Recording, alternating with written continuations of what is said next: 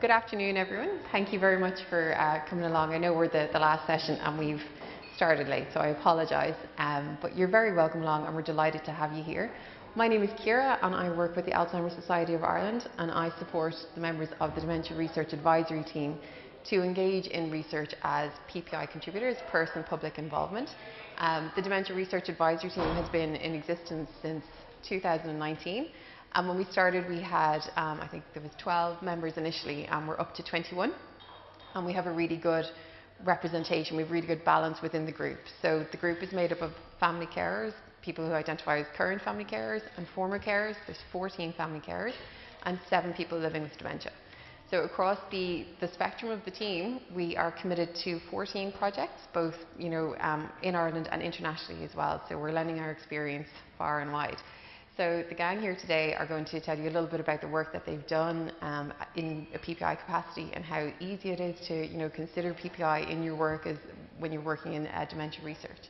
So we have Kevin Quaid. I know you're very familiar with a lot of these people. So we have Kevin Quaid, we have Helena Quaid, Helen Rochford Brennan, and then Carmel Geoghan. So we're going to kind of just take our time and run through kind of some of the things the guys have experienced over the years and what they feel works really well in PPI.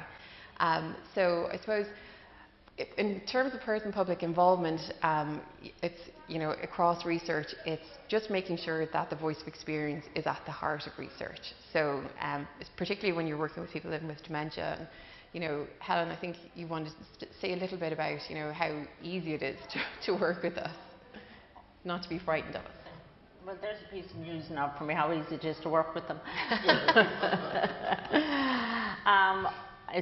I just wanted to say that one of the things that I've experienced over the years is working with young researchers. And I think it's important that when we talk about young research, that it gives young researchers an opportunity to work with us because they feel that they don't understand that we can actually speak for ourselves, and they're just finishing their education and they want to do their doctorates, and we want to help them to understand that they can work with us. We can certainly help them on their journey to complete their studies, but we want them to understand also that they need to teach them and empower them, because they need it. We need to be their mentors. We need to help them to achieve what they want to achieve. And it's very interesting, a couple of years ago in Alzheimer's Europe, when we could all meet together with our European working group, we had a group of young researchers, and they came into the room and they were really nervous and they were thinking about what is it going to be like with these people. I don't think they can speak, are they able to speak for themselves? And then all of a sudden, we start talking and we start having some laughter.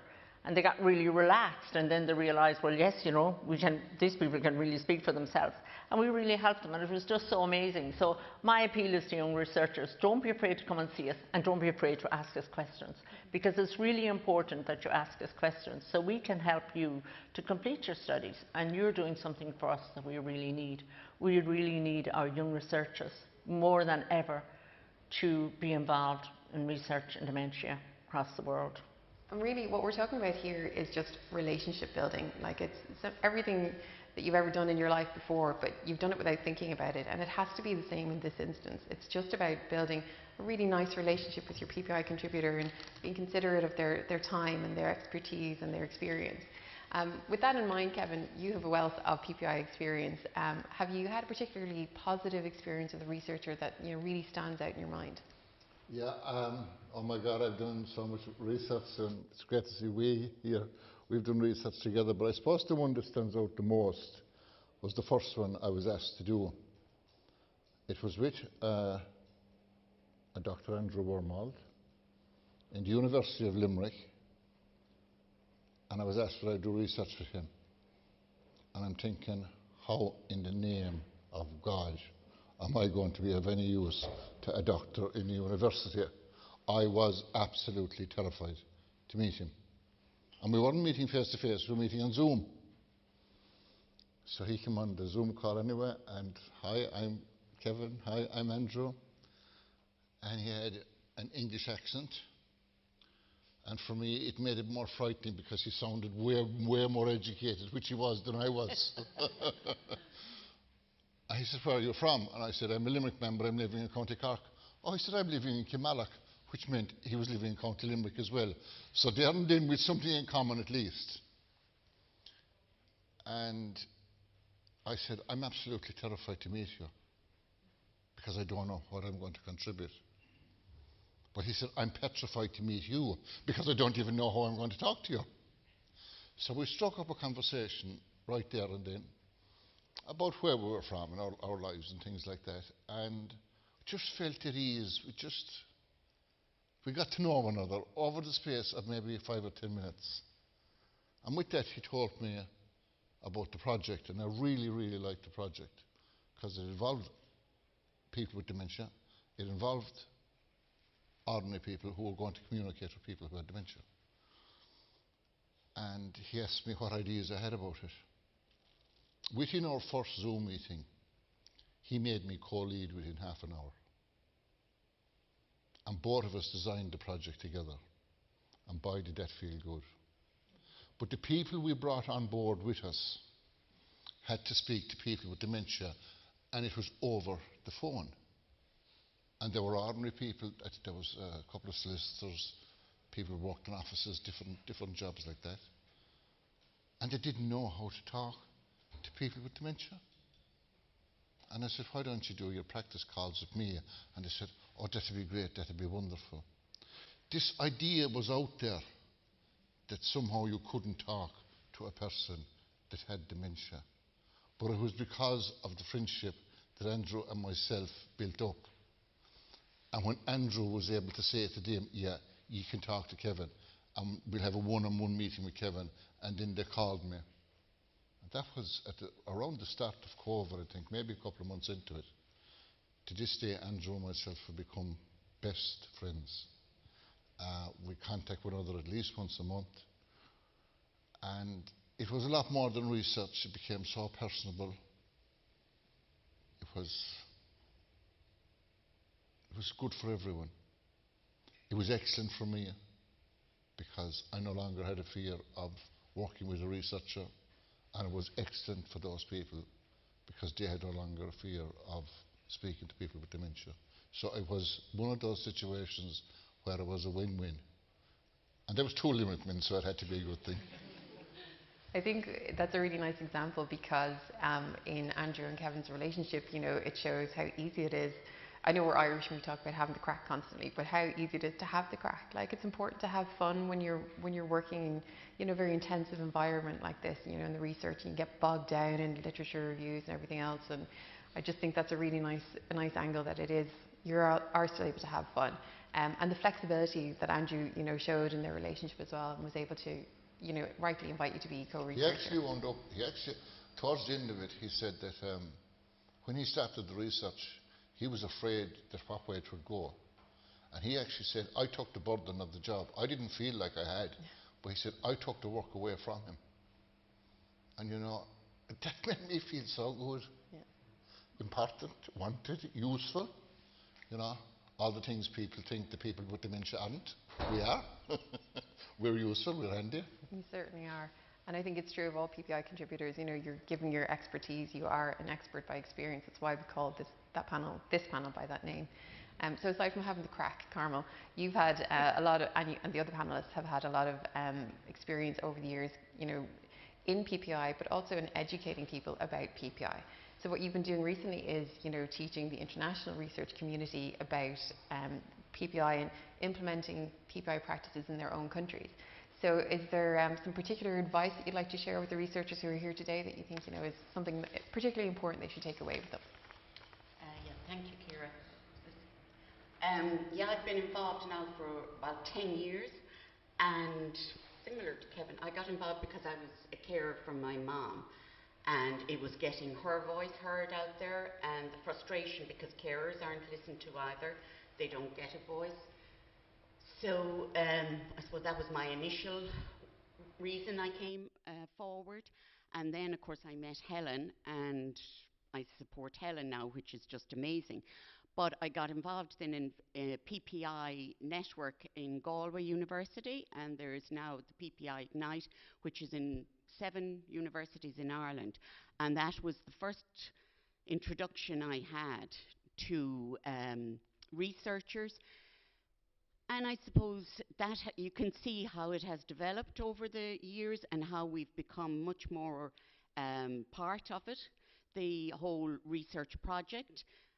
But getting us in from the very beginning, it has to be. And when you're looking at putting in for research funding, that you include a budget for PPI. Up to now, on most projects, we've been the unpaid person at the table. Yet our experience and knowledge is as valuable as anybody else, and the research can't be done without us. It's not necessarily monetary that we want. We can, as Kevin said, he was co-lead, co-author. There are so many various roles we can take. We can do the interviews, we can be on an advisory panel, but I've been involved in research where my time has been just as valuable as any other expert, and I've been paid by the hour for reading whatever papers and commenting back and being a really respected member there. We talk to not just researchers, we actually go to companies and try to get them to realise that, you know, it could be one of their own staff, it could be themselves that may have problems. And on the other side that I like to see is that people respect the carer and realise. So if we go to talk again there, we need, and it's just, we shouldn't be out of pocket PPI. That's the main thing here.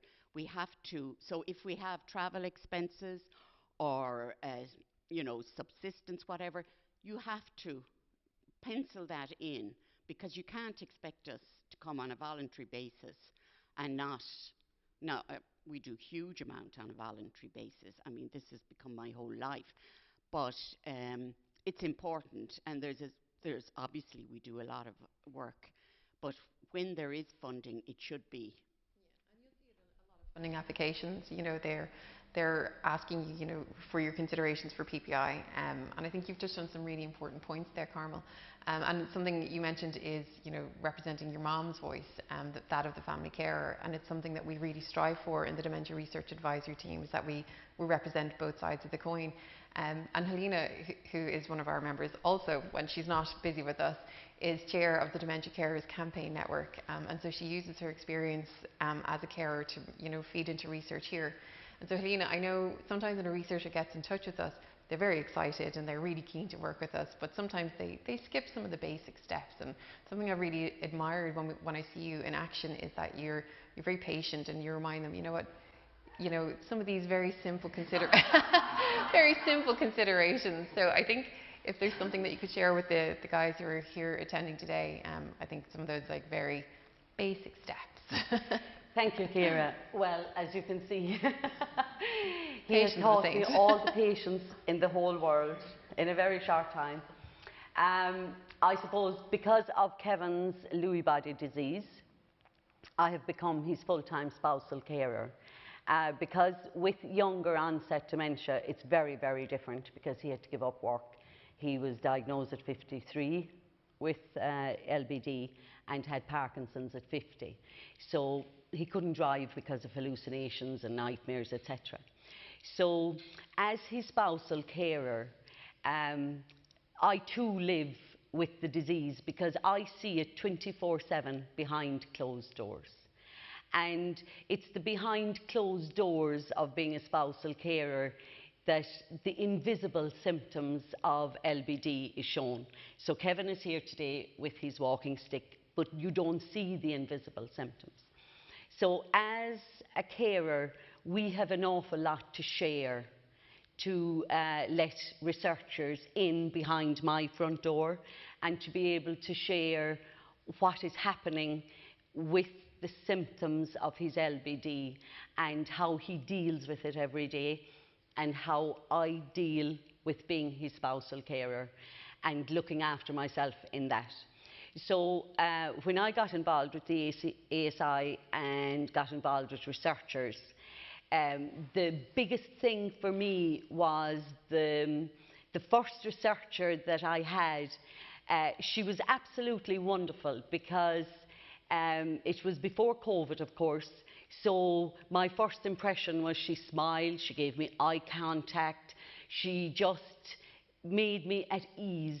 She built rapport with me immediately, and that fostered trust within me that I could be so much more open with her. And also as a spousal carer, I can only speak for me, with a person who has a progressive incurable disease, there is this type of anticipatory grief. And sometimes when you're discussing with a researcher, you know, it can trigger some of those feelings and everything. And all the other researchers were the very same as she was. The gentlemen were just such gentlemen, such compassionate. All of the researchers had this gift of being emotional listeners. They listened with emotion and empathy. Therefore, I knew by just chatting to them, even on Zoom, they still put that forward. I could get it from even the Zoom. I was on to researchers in Switzerland and in Europe, and I still got it from them because, you know, it was like they heard beyond my words. So they saw my body language. They knew when I said, okay, I'm going to have a glass of water. And working with researchers, it is a totally reciprocal agreement. It's a total win-win. I'm gaining from being involved in research, and Kevin said there about being useful, and it was Maria Montessori actually said that, you know, that all we want in life is to feel useful. And as a spousal carer, we can be dragged down because days are bad with Kevin for LBD. This is beautiful distraction and it's fabulous, but nights are horrific. So you go on to another day and then he might say, you know, what hell am I going into tonight? So you're kind of stuck in that whirlpool of going round and round, and everything is a repetitive thing. Whereas you have this wonderful feeling, I'm meeting a researcher, I'm going to be heard, because I know the researcher is actively listening, taking notes, maybe recording the session, and what I say is going to be useful to others. So it's the gift that keeps on giving, really. So please keep doing your research, and of course we are always available, absolutely.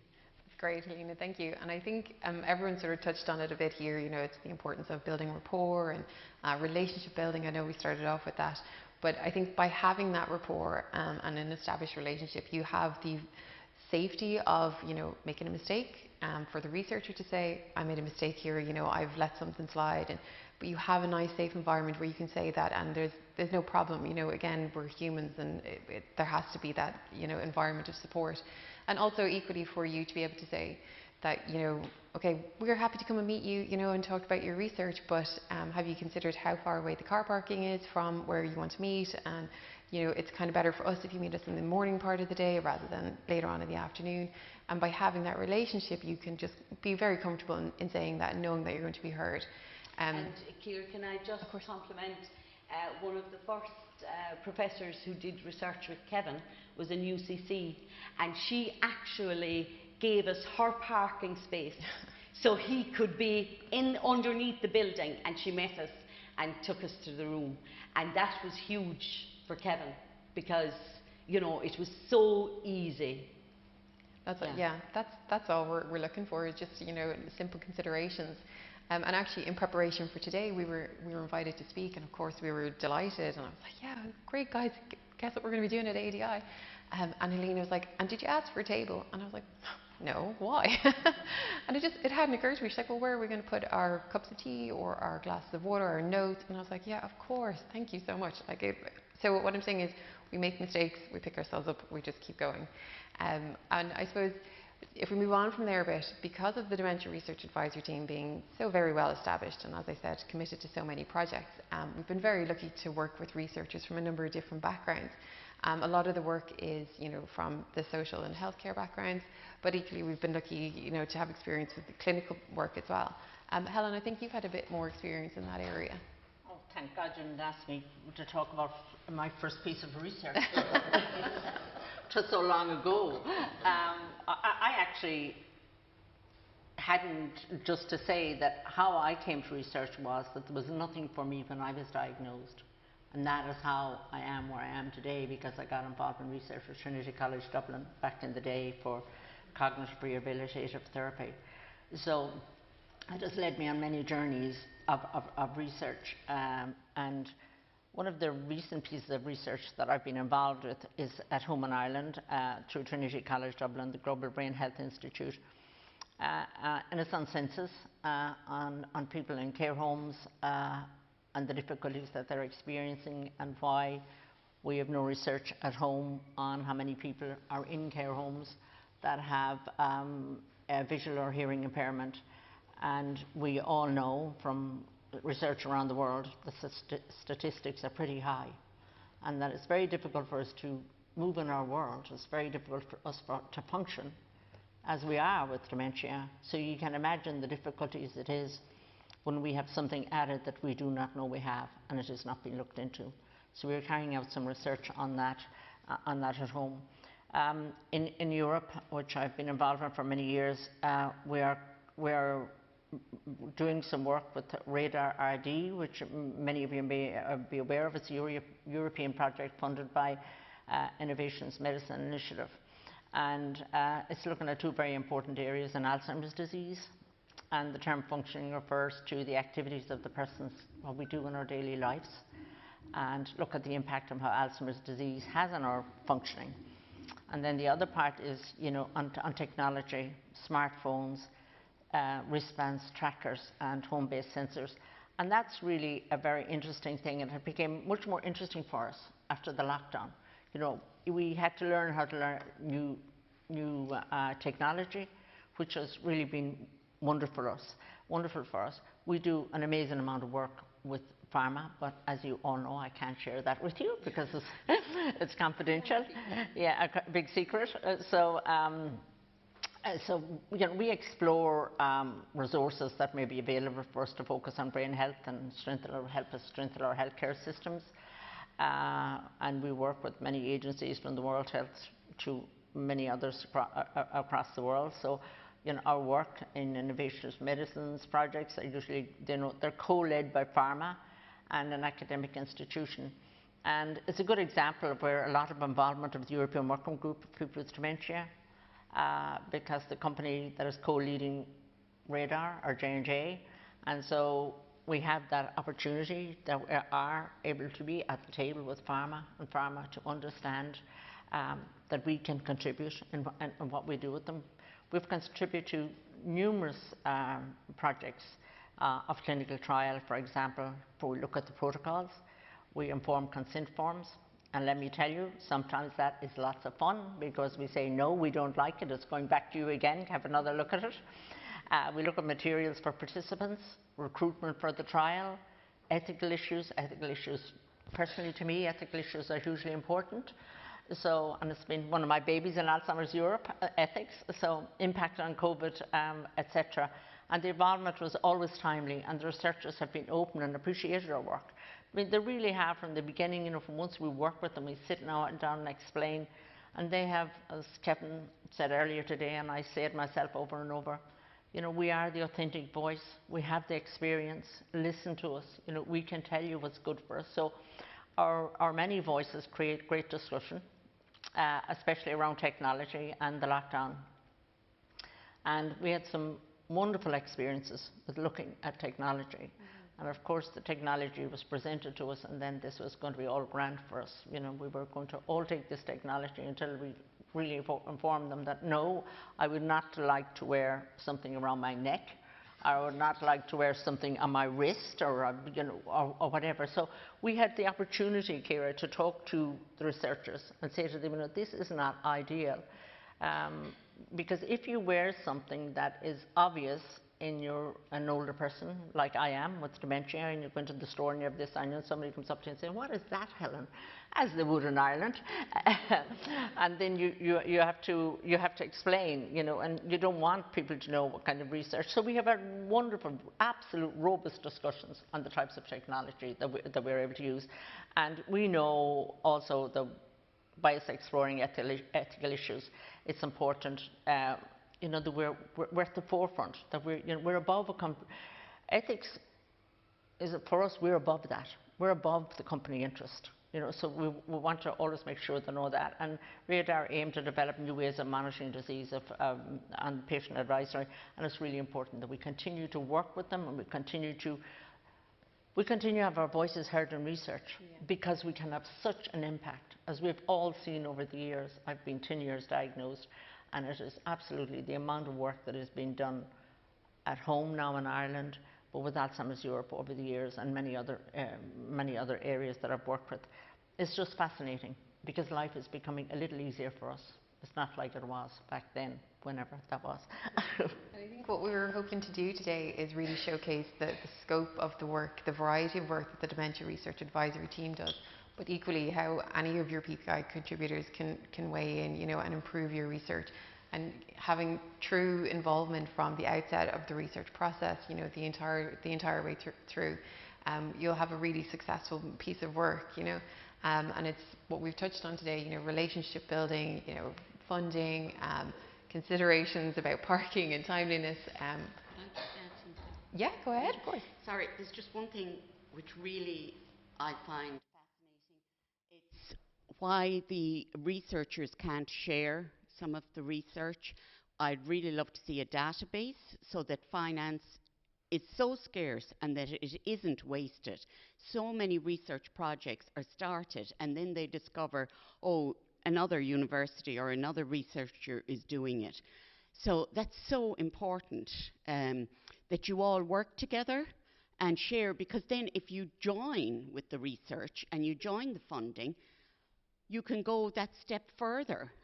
And I think that's just something that we have to start talking about, because we're all looking for the same pots of money. So this is the same point again, I suppose. It's communication with your PPI contributor. Could I just build on what Carmel has said there? Go ahead. And it's such a valuable point. Number one, if any of you are researchers and you come up with an idea for someone with dementia, before you ever apply for a research grant, come talk to us and ask us what questions that we'd like to ask. But I agree totally with Carmel that if someone does a piece of research and you're working with them for 12 months and you find out, well, that has been done already in the UK or it's been done somewhere else, instead of doing that, do your research first and see, has that been done? And if that piece of research has been done, look at it and say, right, this was done 2 years ago, 3 years ago. How can we build on it? How can we work on it? How can we improve this piece of research? And you know what, I think that is actually a really nice point to finish on, because what we've done is we've laid the groundwork in, you know, our own PPI work at home and internationally, and we are continuing to build and grow it now. And why we're speaking to you today is that we're hoping you guys will take this message home with you and build and grow with your own PPI contributors. There's just one thing. We always want to know the outcome.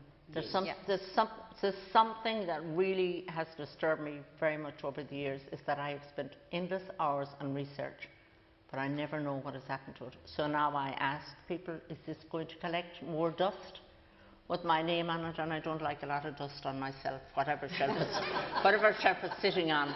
So it's important that we know the outcome. Yeah. Honestly, the money is used correctly and that we have the outcomes. All of us with dementia, we really deserve that. So I want to say thank you very much, guys. It's been an absolute privilege and an honour to sit on this panel with you. So thank you very much. I know we've run on a little bit, but if anybody has any questions, we're very happy to take one or two before somebody pulls the plug. Yes, go ahead. So it's more of a... Sorry, the microphone coming. If you want to just introduce yourself to the panel, if that's okay. Thanks so much. Hi, so I'm Jenna. I'm a PhD student at UCL. So I started my PhD just before the pandemic, and that has influenced the work I do in terms of everything is virtual. So all the PPI meetings I had, or when it came to collecting data, doing interviews, that was all virtual. So I guess my question is, for the future, with things opening up again, and that might be a very individual answer, but are there any preferences when it comes to doing face-to-face PPI meetings, doing virtual meetings? Do you have any suggestions? Personally speaking, I find Zoom meetings can be very tiring if you have too many in a day, which we're all guilty of. But for me personally, you can't beat the face-to-face. You sit down with a cup of coffee and you have the chat, and as Helena said, and all the lads have said, you just connect on a human level. You're not a picture on a screen, and I don't think you can beat the person to person, and that's how I feel about it. I think also from a person with dementia, I think it's much better for us face to face, because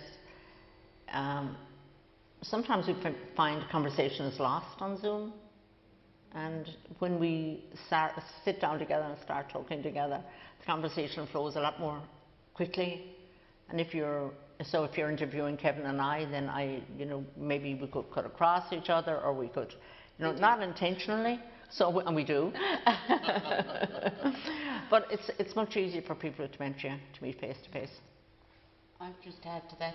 Of course, face to face is what we all want.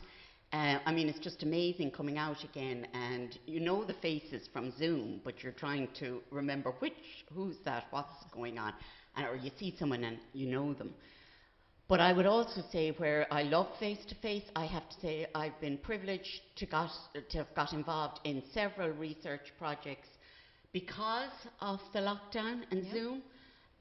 There was one particular one, my support study, which was based in Canada. And we were working with the Global Brain Health Institute, the fellows, and they're in various parts of the world. And I don't think I would have got involved in these if Zoom or if COVID hadn't come, because we would have been constantly moving and going in person. So I think if we have a slight mix. I think so. It's just down to your individual PPI, contributor. Ask them what suits them. They'll tell you. They'll be very honest.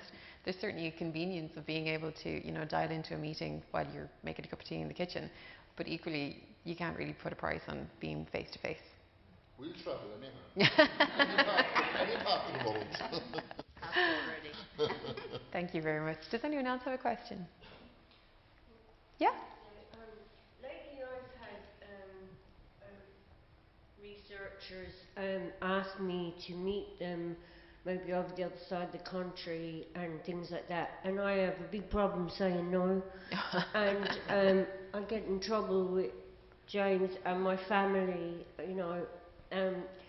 I think that when researchers are looking for people with dementia or Alzheimer's, to meet them, to realise that it might be better to go through, like with us with the ASI, as Ciara reminds me, and I've learnt that it needs to go through her. That if you want me to do a piece of research, go to her. She'll tell you when I can't remember what I have on in any week. I could have 2 Zooms in one day and maybe 2 virtual meetings, which is too much. Yeah. And then I'm exhausted for maybe 3 days. So if you want your research to be valid and for us to make sense, then we need rest. So you've got to go through, the people. So like when you're dealing with like the ASI or with any dementia, go through the proper channels, because it will work out better. And it also means that the person with the dementia is safer. Yeah, I think that's a lovely point, Marguerite. And my role in the ASI is to support the members of the Dementia Research Advisory Team. And although they are very strong-minded and strong-willed and very capable, Society of Ireland, for people that don't know. Oh, yeah, apologies, the Alzheimer's Society of Ireland. So because these guys, there's 4 members of the Dementia Research Advisory Team here today, but I've mentioned there's actually 21 members. And so when a researcher gets in touch and wants to meet with members of the Dementia Research Advisory Team, I'm the person they come to, and I've made it clear to the members and to the researchers that my priority is to the members. Although I would encourage everyone to have what we've already talked about here is open communication. Sometimes, people are a bit nervous about, potentially creating conflict or, standing up for themselves. So I'm always there as a support, and I will always say to them, if you feel you're uncomfortable or if you feel your researcher has a tendency to slip into jargon and is leaving you behind, if you're not comfortable having that conversation, call on me. So I'd like to think that I'm your support. They don't always need me though. Yes, go ahead. Hi, thank you. Katrine Ciara of the World Health Organization. Very nice to meet you. Thank you for this excellent panel. It's really touched my heart. It speaks to very central problems that we're pointing out to our member states. I don't know if you heard Tarundua speaking yesterday about how few countries are actually involving people with dementia in research. We're really trying to change that, to create awareness for that. We all know that we not only need the involvement in research, but also in policy making. That has been very challenging, and I also know that it's a very personal decision of, if you have a diagnosis, if you want to be open about it and then engage. So hearing you talk about this is just for me also reinforcing that it's okay on both sides to make mistakes or to not get it right the first time. Helen knows very well that she's been teaching us for the last I don't know how many years in getting better. Time. Yes.